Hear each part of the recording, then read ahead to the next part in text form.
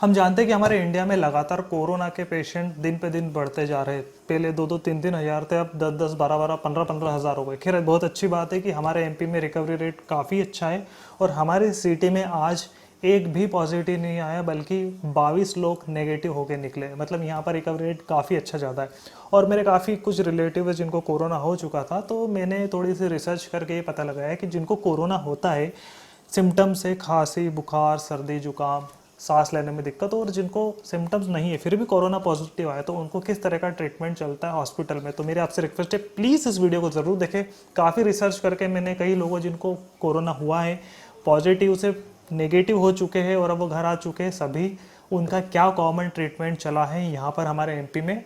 तो यहाँ पर दोनों तरह के केस है, सिम्टोमेटिक और असिम्टोमेटिक। सिम्टोमेटिक मतलब जिनको खांसी, सर्दी, जुकाम, कफ, और फिर जिनको सांस लेने में दिक्कत आ रही है, जो स्मेल नहीं कर पा रहे, चक्कर आ रहे हैं, मतलब कोरोना के जो भी सिम्टम्स आते हैं वो, और जिनको कोई सिम्टम्स है नहीं। और ये मैंने 8 10 तरह की जो रिसर्च करके जो चीज़ें लिखी है, ये उनसे मैंने पूछा और कॉमन सभी को ही है। सबसे पहले बात करूँ कि सिम्टोमेटिक की, तो देखिए, अगर आप कोरोना की कोई दवाई तो है नहीं, तो जिनको सर्दी, जुकाम, खांसी, कफ की प्रॉब्लम है तो उनको तो वायरल डोज चल रहा है। सर्दी है तो सर्दी की दवाई, बुखार है तो पैरासीटामोल, खांसी है तो खांसी की दवाई, और इससे रिलेटेड क्योंकि डॉक्टर के पास आप जाते हो, एडमिट रहते हो, तो वो उससे ठीक नहीं होता तो उसके अल्टरनेट दवाइयाँ देते हैं। और जिनको ये सारी चीज़ नहीं हो रही तो उनको क्या देते हैं, ये जो मैं बताने वाला हूँ ये सभी को देते हैं। अब बात करूँ वो सारी चीज़ें जो डॉक्टर दे रहे हैं, सिम्टोमेटिक और असिम्टोमेटिक दोनों टाइप के पेशेंट को यहाँ पर हॉस्पिटल में भी दिया जा रहा है और घर पर भी दिया जा रहा है। सबसे पहले नंबर पे आता है गोल्ड मिल्क। जी हाँ, गोल्ड मिल्क को हिंदी में कहे तो हल्दी वाला दूध। यहाँ पर डॉक्टर्स ने जो प्रिस्क्राइब करा है, वहाँ जो हॉस्पिटल में दे रहे, हमारे रिलेटिव से पूछा तो उनको दिया गया है सुबह, दोपहर, शाम, 3 टाइम 250 ml दूध पावर के आसपास, और हर 250 ml दूध में आधा चम्मच हल्दी, और सुबह, दोपहर, शाम 3 टाइम एक गिलास दूध में आधा चम्मच हल्दी 3 टाइम दे रहे। तो ये बहुत ज़रूरी है। सबसे इम्पॉर्टेंट बात कि गर्म चीज़ ज़्यादा दे रहे। उनका कहना है कि सर्दी, जुकाम, खांसी, कोरोना एक रेस्पिरेटरी डिसीज़ है, फेफड़ों की डिसीज़ है, तो जितनी ज़्यादा गर्म चीज़ें देंगे उतनी ज़्यादा इफेक्टिव होगा। दूसरा, चाय, काढ़ा या फिर हर्बल टी, ये कम से कम 3 से 4 बार दे रहे, हर 2 2 घंटे में दे रहे। जी हाँ, चाय, काढ़ा और जो भी जो हर्बल टी है, ये तीनों में से कुछ भी करीबन 3 से 4 बार दे रहे हो, वो भी कुनकुनी नहीं, गर्म। अगर आपकी चाय ठंडी हुई तो आपको नहीं पीना है, अगर आपका काढ़ा ठंडा होगा नहीं, गरम गरम ही पीना है, क्योंकि गरम जितने ज़्यादा आप गरम चीज़ें खाएंगे उतनी जल्दी आप रिलीफ पाएंगे। तीसरे नंबर पे, सुबह से शाम तक अगर आपको पानी पीना है तो गर्म पानी ही पीना है, ठंडा पानी बिल्कुल नहीं पीना। और वैसे भी सर्दी, खांसी, जुकाम और जिनको सांसों की, फेफड़े के, अस्थमा की दिक्कत होती है तो उनको गर्म पानी ही देते हैं, क्योंकि गर्म पानी कफ वगैरह जितने भी एलर्जी है, खांसी, सर्दी, जुकाम, आंखों में से आंसू आना, नाक बहना, वो सारी चीज़ें गर्म पानी से ठीक हो जाती है। सुबह उठते से जब आप सोते हैं सभी को गर्म पानी दे रहे हैं। उसके अलावा मैंने पूछा क्या दे रहे हैं, तो वो बता रहे कुछ हर्बल चीज़ दे रहे हैं, जैसे कि नीम या फिर गिलोय की टेबलेट सुबह शाम। अब आप सोच रहे हो हॉस्पिटल में क्यों दे रहे हैं, बट हॉस्पिटल में भी नीम की टेबलेट, गिलोय की टेबलेट दी जा रही है। अगर वहाँ पर आपकी जगह हॉस्पिटल में नहीं दे रहे तो वो मुझे नहीं मालूम, बट यहाँ पर एमपी के कुछ हॉस्पिटल जहाँ मैं रहता हूँ वहाँ पर हॉस्पिटल में दे रहे, तभी इतने ज़्यादा रिकवरी रेट शायद हो रहे हैं। नेचुरल चीज़ ज़्यादा दे रहे हैं, जिसमें से गिलोय या फिर नीम अधिकतर है। Antipyretic, antibacterial, anti fungal, anti fever, ये सारी चीज़ नीम में होती है, गिलोय में होती है। तो ये 2 टेबलेट सुबह, 2 टेबलेट शाम खाना खाने के बाद दे रहे हैं। उसके साथ मल्टीविटामिन दे रहे हैं या फिर विटामिन सी की टेबलेट। जी हाँ, जो कि मुश्किल से 10 15 रुपए की आती है, लिमसी नाम से, 500 mg की।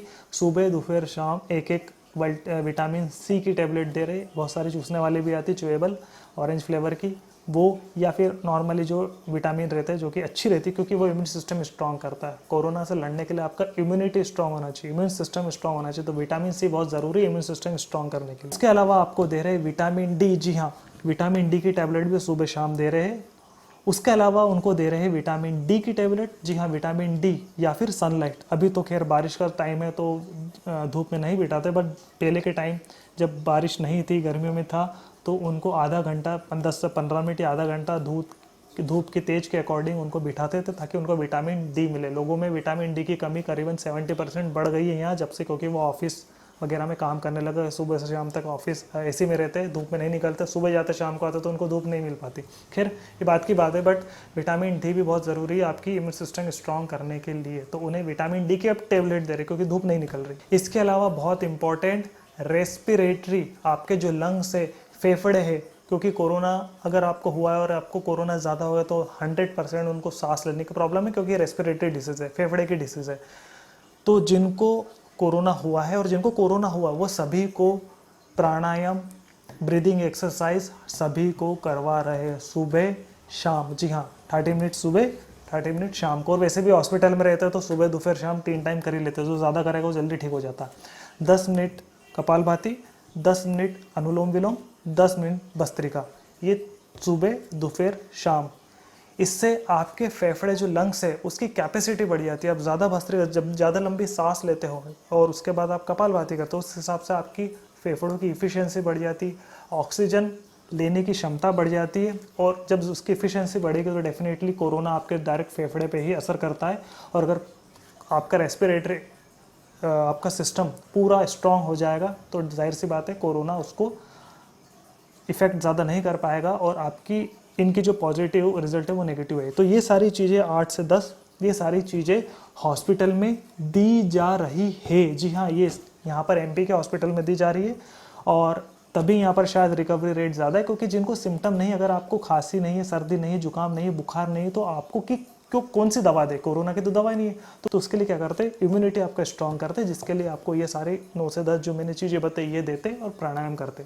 तो मेरी आपसे रिक्वेस्ट है, प्लीज़ सर्दी जुकाम खांसी, अब सीज़न चेंज हो गया है, बारिश का सीज़न आ गया है, लोगों को ज़रा सा बाहर से भीगते या ठंडे से अंदर आते हैं तो उनको सर्दी जुकाम हो रहा है, तो वो डर रहे कोरोना तो नहीं हुआ, कफ हो रहा है, तो क्योंकि आजकल लोगों को तो साल साल भर तक कफ रहता है, खांसी नहीं जाती, सर्दी जुकाम की एलर्जी रहती है। तो अगर आप घर से बाहर निकलते तो मास्क ज़रूर पहने, ग्लव्स ज़रूर पहने, सैनिटाइज की बॉटल, लिक्विड या जेल बेस आपके पास में रखें। जितना ज़्यादा प्रिकॉशन रखेंगे वो आपके ऊपर है।